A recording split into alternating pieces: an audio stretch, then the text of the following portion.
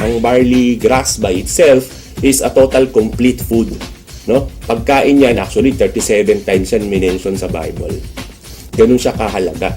No? So if you are taking regularly, like for example barley, no, you will get the most out of all the nutrients that God has provided through plants. Ito po mga ganito mga produkto, maganda itong isasama as part of our regular diet.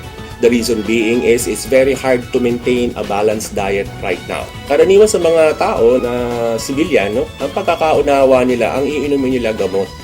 Pero actually, hindi yan gamot. Isang klase yan ng pagkain na sobra ang sustansya. Like for example, barley. Yung sustansya nito is perfectly designed to work together. Kasi galing sila sa mga natural sources. Walang nilagay na anything na synthetic. Biniyayaan talaga tayo ng very powerful immune system. So yun yung panglaban natin sa sakit. Pero ang pinakamagandang paraan natin, supply natin ng katawan natin ng mga nutrients na kailangan natin na madali natin maaabot.